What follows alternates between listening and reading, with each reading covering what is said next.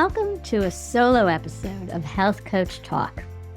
In this episode, I wanted to come on and talk about what I see as the trends for 2025. And I've identified three that I want to discuss today. The first has to do with this growing awakening about health and wellness.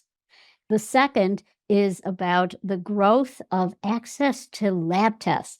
As a consumer, where you can just go and you can get your own testing done, where you can take charge of your health. So we're going to dig into that. And the third, which is related, has to do with the growth of wearables. So the common theme here is to take charge of your health, to have access to your own data, to become an informed consumer. So let's dig into the first one. What we are seeing is an awakening in terms of health and wellness. This started during the pandemic, but it is intensified. One of the things going on right now, you may have heard of MAHA, Make America Healthy Again.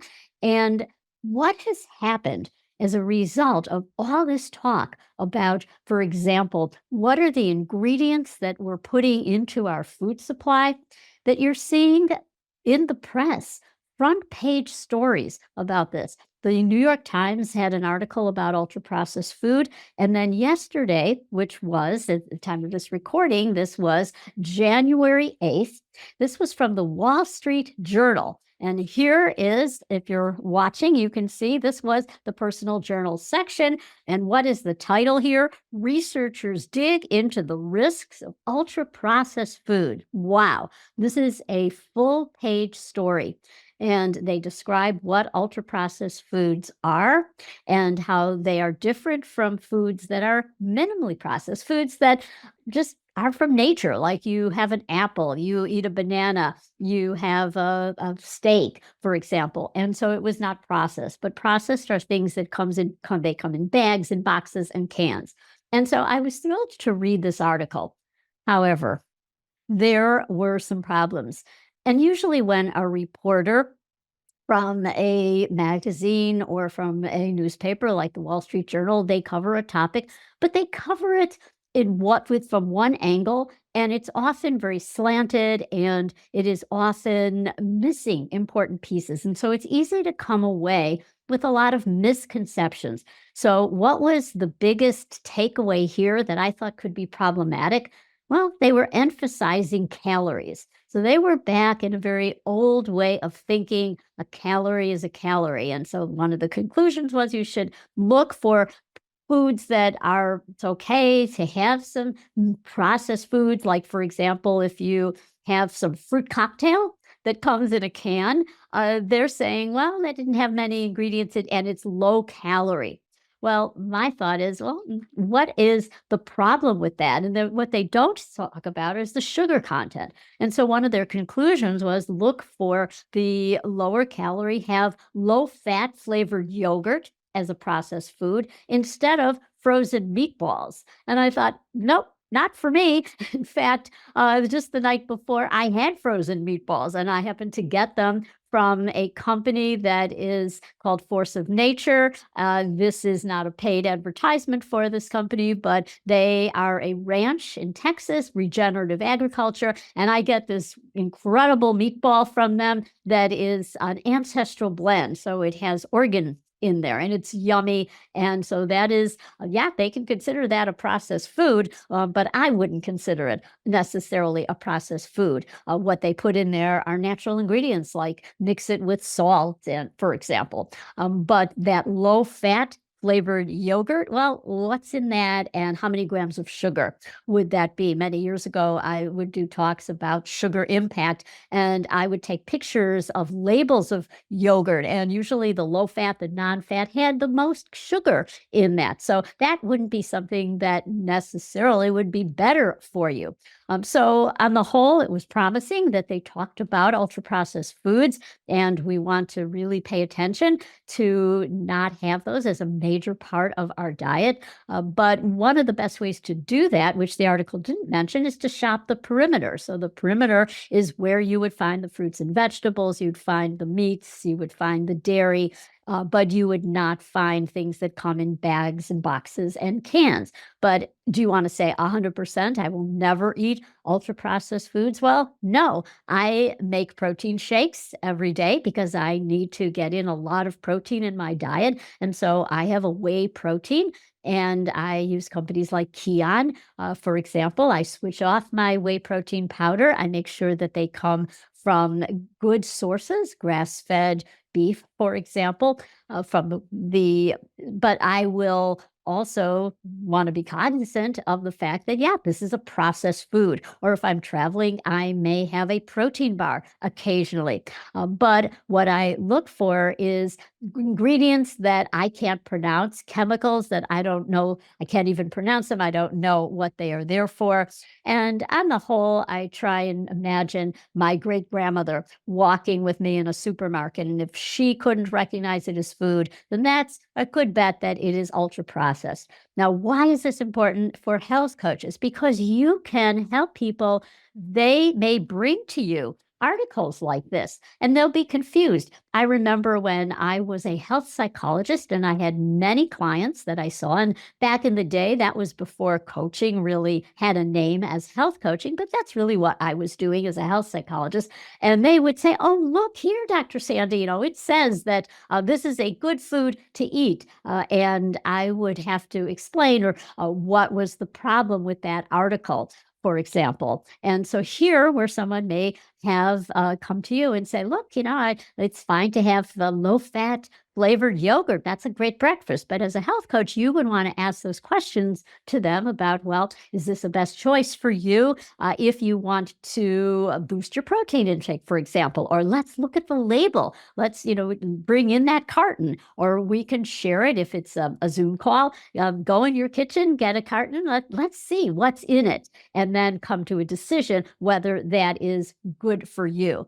So the bottom line is that on the whole, you can say that it's better to eat foods that are whole foods and not ultra processed, but we also want to look at a personalized approach. And that's what health coaches are there for, so that you don't have people just reading articles and concluding that this is right for them based on their biology, based on their lifestyle at the time, their unique nutritional needs. But health coaches are the ones that can help people be discerning readers of articles like this. So but on the whole, I do want to emphasize that it is great that we're having conversations about this. We're increasing awareness about ultra processed foods, because few years ago, we didn't talk about ultra processed foods, except if we were in health and wellness and we were attempting to educate clients. So it's great to see that it is getting into the popular press, and then let's discern how this can be used in a beneficial way for people. The second area I want to talk about, which is related, has to do with direct to consumer lab tests. So let's say you do read this article in the Wall Street Journal, or find the other one that was in the New York Times about ultra processed food, and you are wondering, I wonder about my lab markers. So I could go to a company like Function Health. And the Function Health lab assessment is based on a membership.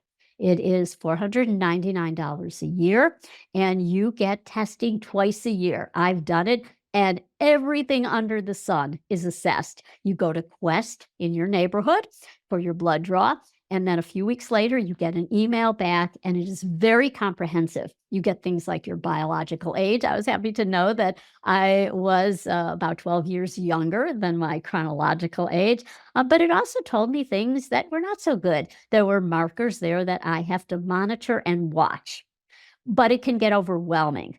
And many things I didn't understand. And that's where a health coach would come in, where if you have people who are getting these tests done, some of the results might freak them out. And they might be going on Google trying to find answers and unnecessarily scaring themselves. So health coaches can help people sort out what it means. And so the results are AI driven. And so going over those results with your coach, they're not going to be interpreting those results or making a diagnosis or direct recommendation, but they are going to help you find the courage to talk about these things with your doctor, find a functional medicine doctor if that's the direction that's most appropriate and the client wants to do that.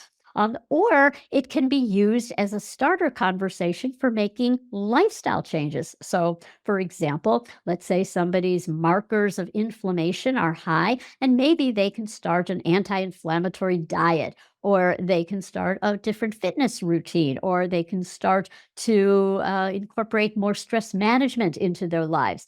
Well, those things are going to have an impact and so on their lab results, and so they can compare the next time that they are getting these tests done. So this is growing. The interpretations are becoming more and more sophisticated, and the number of add-on tests that you can get are increasing. And sometimes you don't want to necessarily get the full battery, but what I did, for example, is I've had these tests done, and then I have an underactive thyroid, and so I need to monitor that more frequently. So I went back to my dashboard on function, and I checked off just the box, I want a thyroid panel done. And if somebody is confused and doesn't know, once again, a health coach can help people to understand what these tests are measuring, as well as then help them secure appointments with their follow-up physician if needed. So Function Health is one that is a comprehensive testing where you can get all the functional medicine tests. And it's a lot less expensive than if you were to go to a doctor to get this done. But this is not ruling out the doctor, because it's very important that you take these results, for example, to a functional medicine doctor who will know what to do with them. And they might even say, well, yeah, I would like even an additional test that might have been lacking. So that's number one. The second would be the growth of microbiome tests. These are stool tests, and FMCA has partnered with Jonah Health, and that is another company where you can have an assessment of your microbiome, and you also get AI results. I found when I did this test that I needed more diversity in my diet. And so I'm attempting to have a broader range of foods, incorporate different spices, different vegetables or fruits that I don't typically eat. And so I was stuck in a rut with what I was eating. And many people are. And many people can do that kind of experiment where how many phytonutrients can you get in a given week? And coaches can guide people and help them to have a broader range of foods, can help them to increase the diversity of their microbiome if that's what they need. Or perhaps there might be some areas that are pinpointed through this test that, again, a health coach can help them with. So if you're a coach, you can educate your clients that these tests exist. Another one that I'm quite excited about is called Tiny Health. And this is testing for infants, for babies, for new moms, where you are looking at the health of your child's microbiome. And it's a cool test. Again, it is a stool test. And this is something that at FMCA, we are going to provide more education on. There are other cutting edge tests that are direct to consumer that have to do with genetic testing. And we're not talking about like things like 23andMe, which has been around for a long time, but we're talking about really going much, much further to looking at your genetic makeup. Once again, as a health coach, you can educate people that these tests exist. And when the results come back, you can help people sort out what the recommendations are on these tests and help them find the appropriate support that they may need. So that was the second area, the growth of direct to consumer testing. The third is related, and it has to do with the quantified self, the rapid growth of wearables. So it used to be, and I was an early adopter of my Aura Ring.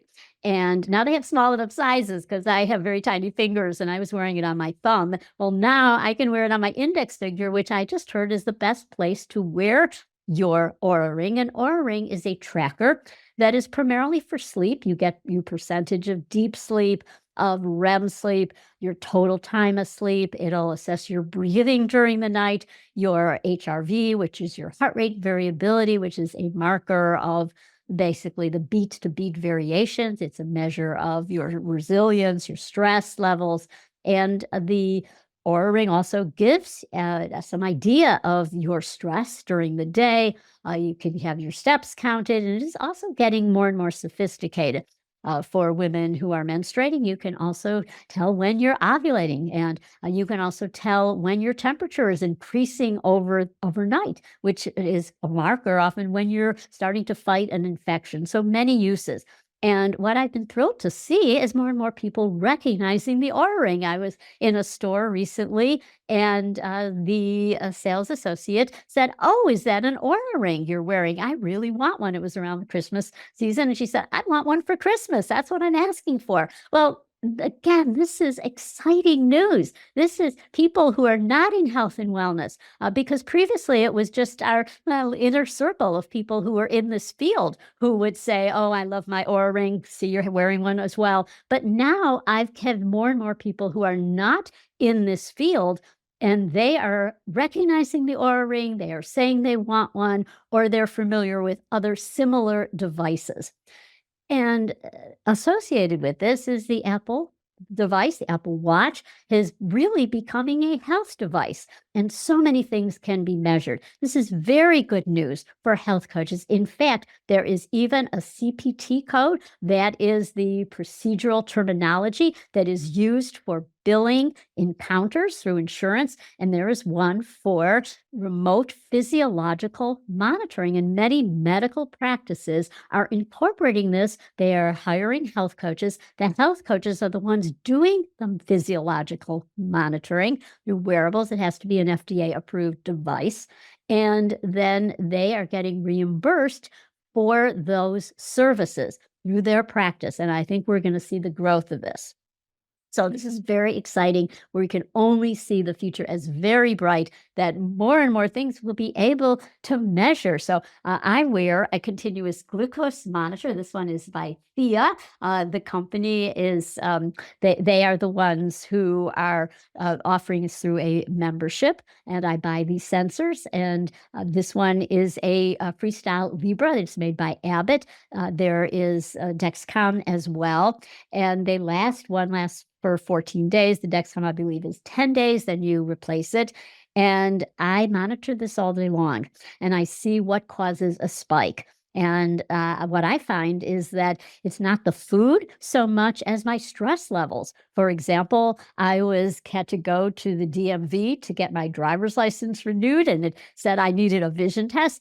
And I got to tell you that my levels of my blood glucose was sky high. I had a huge spike. It was like 150. Why? Because I was stressed going to the DMV, and I was thinking, oh, what if I fail the vision test and I'll have to have a restricted license? And of course, it turned out to be a super easy test. You just read one line, and that was it, and see where the flashing dot is. But I was expecting a really complicated vision test, and I thought, oh no, I'm 70, turning 75, and maybe that is why they're going to be really hard about this vision test. And so I was getting all stressed out, and that was really showing up in my readings from my continuous glucose monitor. So it increases awareness.